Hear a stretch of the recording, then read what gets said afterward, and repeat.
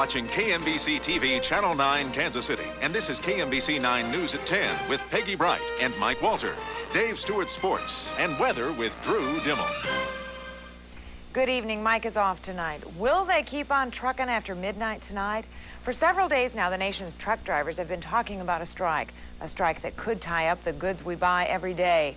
Vicki Newton spent the day at an area truck stop where some truckers say so far there's been plenty of talk, but little action. It is the talk from coast to coast and all stops in between. I don't know about the strike. I heard a little bit about it, but I don't know no dates or anything like that. Truckers say rising fuel prices and new safety regulations are driving them to consider a strike. Danny Lowry doesn't think a strike will solve the problems, but he does think something needs to be done. Most everybody's kind of fed up with the fuel prices the way they are, and freight's real cheap right now, and I guess everybody's kind of upset with the way DOT does all the time. I mean, they seem like they just isolate on truckers as far as what's going on out on the highway. At the truck stop in Oak Grove, all seems well, but truckers say they've been rubbed the wrong way too long. Independent truck drivers say they've been the hardest hit. If everybody would shut down for a week and just tell America, hey, we're tired of it, getting ragged all the time. Most of the truck drivers don't seem to know when or where the rumors about a strike got started, nor do they seem to know how much of the talk is just that, talk. We need a good shutdown, but you got to get organized. You got to get these big companies to go with you. I guess the main thing is that they all talk about it, but a lot of the guys just don't want to stick together. And at this point, no one seems to be sure if they'll even be asked to stick together. Vicki Newton, KMBC 9 News. Several truck drivers said that they'd been told that the strike was planned to start tonight at midnight, but that has not been confirmed. Downtown Kansas City has lost another federal government office. The Regional Food and Drug Administration headquarters is moving from 10th and Cherry to Lenexa. The 100 FDA employees are scheduled to move a year from now. The offices will be built in the Pine Ridge Business Park at 80th and Bond. Last year, Housing and Urban Development decided to move its 300 employees from downtown Kansas City, Missouri to KCK. Well, according to Mayor Richard Berkeley, that might mean that Kansas City, Missouri is down, but not out. Today at All Souls Unitarian Church, the mayor gave a State of the City address, and he says the city will move ahead in the 90s. The mayor admitted that the city is not without its problems, but he says it also has tremendous potential. We have tremendous opportunities ahead of us. I firmly believe that we have set the stage for a fabulous decade ahead.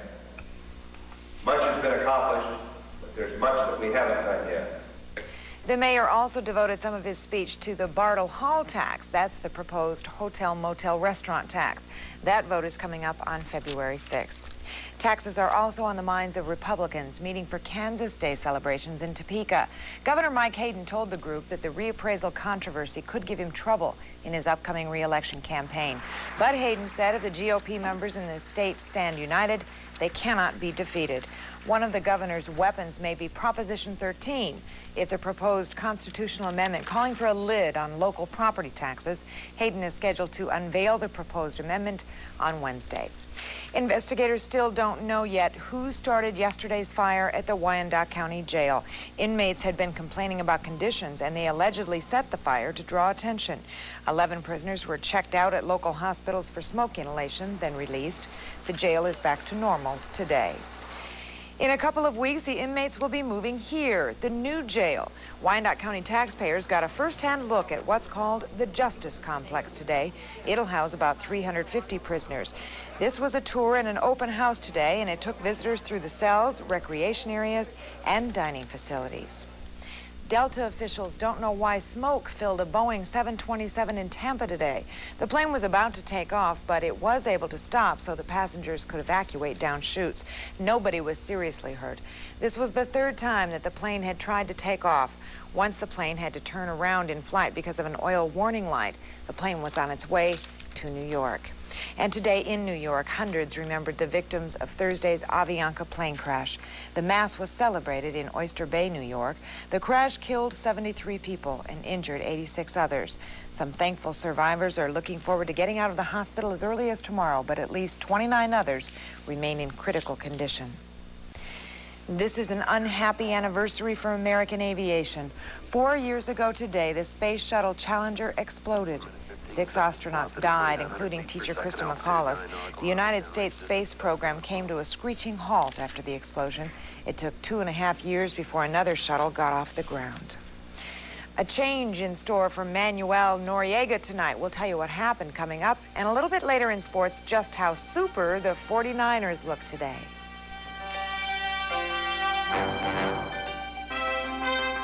Honored as Missouri's best newscast, this is KMBC 9 News at 10 with Mike Walter, Peggy Bright, Dave Stewart, and Drew Dimmel. Manuel Noriega was on the move tonight, but he didn't go far. Corrections officials moved him from the basement of the Miami Federal Courthouse to a federal corrections facility in Dade County. U.S. drug agents brought the former Panamanian leader to Florida earlier this month, and just 2 days ago, a federal judge ordered Noriega held without bond on drug trafficking charges. And in Panama today, the vice president of the government that ousted Noriega received a warm welcome. This is the second stop on a visit to Central America for Dan Quayle. Quayle is trying to mend fences with Latin American leaders angry about the U.S. invasion. But as Ann Compton reports, Quayle hasn't found evidence of hard feelings from the Panamanian people. It was nearly a hero's welcome for Vice President Quayle in a working-class market of Panama City and in the church where Panama's Democratic opposition rallied over the years. Just one day after promising Panama's neighbors that American troops will be withdrawn quickly, Quayle was begged by many Panamanians to let the troops stay. Appearing on This Week with David Brinkley, the vice president tried to satisfy both sides. And they want to see our troops withdrawn as soon as possible. They want to get back to a normal way of life, but they want to recapture a tradition that used to be in this country before 1968, and that's the democratic way. Right now, the troops are quite simply a matter of security in the streets of Panama City. President Endara said it will take time to build a competent police force to take over. On This Week with David Brinkley, Endara indicated he wants to get as far away as possible from the old, corrupt army of Manuel Noriega. We don't want an army. Panama doesn't need an army. Panama needs a police force. We are building it. We are working hard at it. Rebuilding Panama, of course, means money. Endara called the Bush administration's $1 billion aid package generous, but admitted he had hoped for even more. Along with money, Panama wants respect. And on that account, Vice President Quayle promised here today the U.S. has every intention of turning over the Panama Canal on schedule in the year 2000, even to a Panama with no army.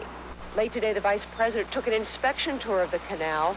75 years, a symbol of America's money and the big stick policy of intervention. Ann Compton, ABC News, Panama. And by the way, Quayle watched the Super Bowl today with American troops in Panama.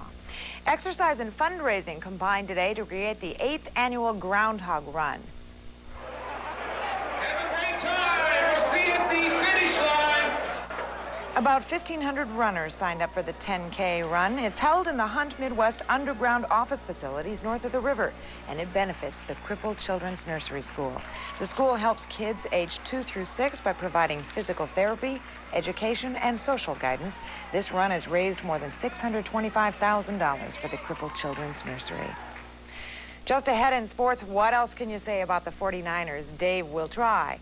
And he'll go back to his glory days, spotlight style. Stay with us.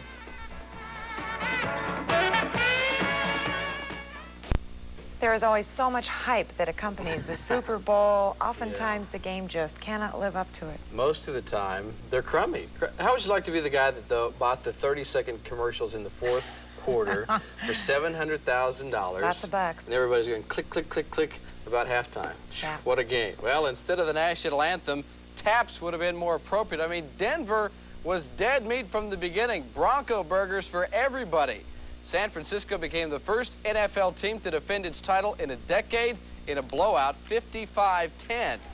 Game MVP Joe Montana beat Elway at his own game, the ad lib. Joe decided to tuck it and go down to the 22. Not long after, the Niners broke on top. Montana, with all the time in the world, delivered his strike to Jerry Rice, 7-0 ball game.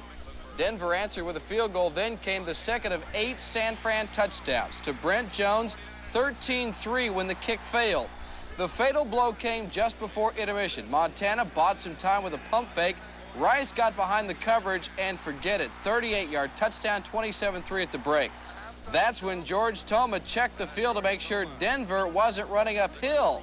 Actually, it was more like quicksand for Elway. First pass after the half, picked off by Mike Walter. So that's why he called in sick today. Makes sense. That set up another Montana touchdown to Rice from 28 yards away. And the 49ers were headed for the biggest Super Bowl blowout ever, 55-10 over the Broncos. Someone came up to me and said, hey, you know, we ran 46 plays in the first half, and that's a lot. And, you know, I didn't realize that, and that's the big key was our defense. You know, they were stopping them and getting the ball and turnovers, and, you know, then we were executing when we had the opportunity. What can you say about it? The guy was awesome again today, like he has been all year, and that whole offense was awesome. They really, that's as well-oiled machine as you can find. San Francisco 49ers are playing on a level right now it's hard for anybody in the National Football League to keep up with. They're playing awful well. We knew that they would have to have an off day, and we would have to play as well as we possibly could play and not make any mistakes to have a chance. As you might imagine, the 49ers set a ton of records. Montana accounted for 5, everything from 5 touchdown passes to 13 consecutive completions. Joe left with 11 minutes to play, but still accounted for nearly 300 yards through the air. And check this out. Now in 4 Super Bowl games, Montana is yet to throw a single interception. College basketball, Bobby Knight acted as if he dropped some dough on Denver, but instead it was misery over this, the most points ever given by a Bobby Knight team. First half at Minnesota, Cannell Lewis with a bomb. Gophers by 17 at halftime. And boy, that is sure not the right tape, is it? I don't think so. Indiana, though, losing big to Minnesota, 108-89 today's final. Meantime, in the ACC, Duke was able to win a 4th consecutive game. Georgia Tech made the Blue Devils do it, come from behind style off a turnover. Brian Oliver got his second chance inside, Tech by a dozen. Inside 90 seconds, it was Duke by a point, then a few more. Brian Davis went baseline with the country club bounce. Duke survived 88-86. Also, top 25 play in a Vanna White special. LSU beat UNLV down in Baton Rouge. Chris Jackson scored 35 points as both teams moved to 14-4. NBA play at the Garden. Cotton found out you don't mess with the Celtics on Super Bowl Sunday. Boston went on the NFL's big day for the 9th time in 10 years. That despite a great effort by Tom Chambers. He scored 40. But Boston got it going late opening period on a 16-2 run, ending with this, the second ever three-pointer by Kevin McHale. The Celtics won it 126-118. In golf, a first for Tommy Armour III. He made the Phoenix Open Tour win number 1. 17 under par for the tournament, 5 shots better than anybody else. That translated to a $162,000 payday. Like last week, Tom Watson failed to make the cut in Phoenix. At the Australian Open, Stefan Edberg was unable to go the distance as well. In the finals, opposite Yvonne Lendl, Edberg painted the corner and his fanatics were loving it. But Stefan says he ripped a stomach muscle during his semifinal match and the injury was just too much. Edberg did return in the 3rd set, then retired. So game, set, and match to Mr. Lendl. And tonight, says Peggy, says the folks up in Wyandotte County demanded the spotlight. But first, a confession. You know, I don't put this thing together all by myself. That's right. Some of the most famous noses in town help find the really good stuff. George located a local guy a little too anxious to get home and check out the spotlight and instead ended up part of it. Same for the dapper Detroit coach Chuck Daly, or is that Ground Chuck? Of course, Daly is not alone in the loose wheel department. I mean, it happens all the time at every level. That guy was a victim of the old flat tire trick. Hey, somebody yell dog. Sorry, too late. And he takes a licking and keeps on ticking. Now, this did not appear to be painful, but over the long term, it can do some damage. Very interesting. We've learned to accept all kind of behavior in the boxing world, but that's not a good way to protect your body. How about Sammy Black? He was down, but not for the count. And we end with those macho mascots, guys that could not get a date in high school. But on second thought, it might not be a bad gig. Hey, wait a second. I said we're done.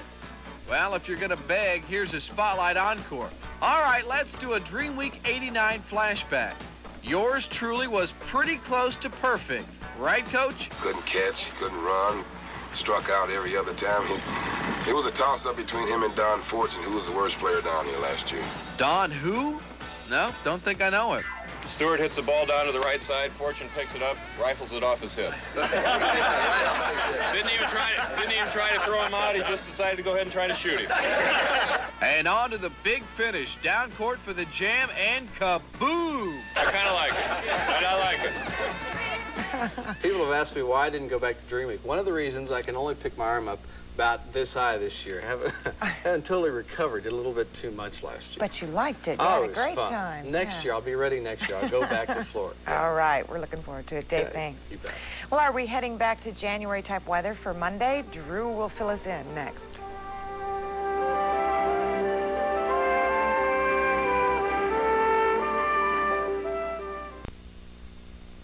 You know, these mornings are starting out fairly chilly, but for January, no complaints at all. It's been great. Yeah, it's above normal. About 10 degrees above normal. Just coming from Los Angeles, I have to admit, we're not that much above normal. But it feels good for Kansas City. Yeah, Yeah, for it's our all city, relative. it's just wonderful. Kansas City's position in the path of constantly shifting temperatures between the equator and the poles produces our wide variety of weather. Now this year, wow, it's been up and down, record highs, record lows, and just when it's dried out, it gets wet again. Tonight's radar showing that system of rain and storms to the south. As a matter of fact, way down to the south, we've got thunderstorms to the east of the four-state region, producing heavy rains in Louisiana and Arkansas. Now, this is the tail of a low-pressure area that's moving in on us, then moving on to the east. Really didn't get us here in Kansas City.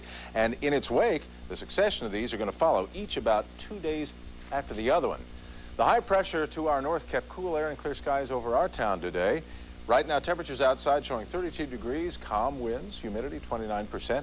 Barometric pressure 30.06 inches of mercury and steady. If you're just now setting that barometer you got for Christmas, that's what to set it at. 45 degrees today's high. That's about 7 degrees above normal for this day in the year, and 21 degrees the low. On tomorrow's map, let's change it. There we are. Sunny skies across the mid-portion of the United States. Right back here, here's what we've had. This is the low pressure. Tomorrow you'll see moving on to the east.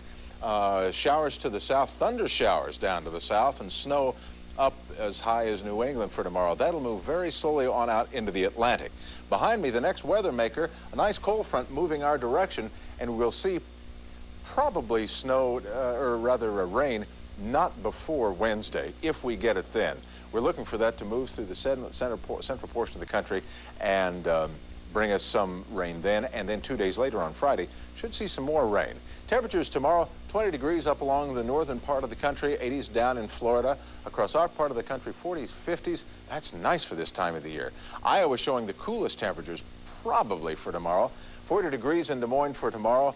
The warm spot, 52 degrees in Springfield, and we're not going to be far from that. As a matter of fact, our forecast for Kansas City for tonight through the coming work week, clear skies tonight with an overnight low of 23 degrees, winds from the south, 5 to 10 miles an hour. Tomorrow morning with cool temperatures, but 50 degrees by the end of the day. Southerly breezes 5 to 15 miles per hour. Partly sunny on Tuesday and 10 degrees cooler at 40 degrees. And the extended outlook showing showers moving in on that next low pressure wave by Wednesday, 47 degrees then. Thursday clearing to mostly sunny skies and cooler at 44. With the rain returning on Friday, thunderstorms even, and a warmer 53 degrees. Thanks to the moisture we've had lately, we're about 50% ahead of normal rainfall. Temperatures should continue to be above normal for this time of year. No complaints considering this is Kansas City. No complaints. Instead of the West Coast. True things. You bet. When we come back, where Walt Bodine's nose for news takes him. I'm in a place that's got nothing but sweet smells. A couple of weeks ago, Walt Bodine showed us how he had a nose for a good story. Well, now he shows us where that nose took him. The world of advertising would like to get you by the nose. That's right, and this is a report on how fragrances and aromas are more and more being used in advertising. Well, you've seen it, for instance, as a sales tool when they spray new car smell in a used car, or they can spray the smell of fresh lumber in an old house and make it feel sort of new. But what are some of the other fragrances that are now at our beck and call? Here's a good place to check it out on the plaza. And if the ad agencies really want to find some fancy aromas, what they need to do is wander into a place like this called Crabtree and Evelyn in the plaza. All kinds of wonderful smells here. I'm looking at one, this is called Spring Rain. You just spray, oh boy, it smells just like the real thing. You know, there's a lot of ways that they have here of spreading a scent around. This is called a potpourri here, and just in this big jar, leave it in the room, and wonderful smells permeate the place. They can also do it with boiling water. They call it simmering, and that does the same thing. Now, applying this to advertising, I can see, for instance, the magnolia scent they have here being sprayed outside a florist shop. It'd probably drag you right on in there. Or the travel agency, how about mountain spruce? That one is right here, and believe me, it smells just like a trip to Colorado. Put that under a big poster of the mountains, and you're in free. And then, or how about Aberdeen heather? That might be good for attracting people to overseas travel. Or maybe you're walking through the supermarket and you pick up a wonderful smell of peaches. Well, that's another one that they had. That and many, many more here at Crabtree and Evelyn. When the ad agencies get onto this, they'll be coming at us and get us right by the nose. What do you say to that? I think Walt has good taste. Yeah, I think and good smells. He did. I agree. Tomorrow's air is nothing to sneeze at. Huh. Tomorrow morning, partly sunny skies, 39 degrees. But around 12 noon, we're going to be up there, 47 degrees at partly sunny skies by lunchtime. Sounds great. That's our report for now. Thanks for joining us. You have yourself a great week, and we'll see you again next weekend. Good night.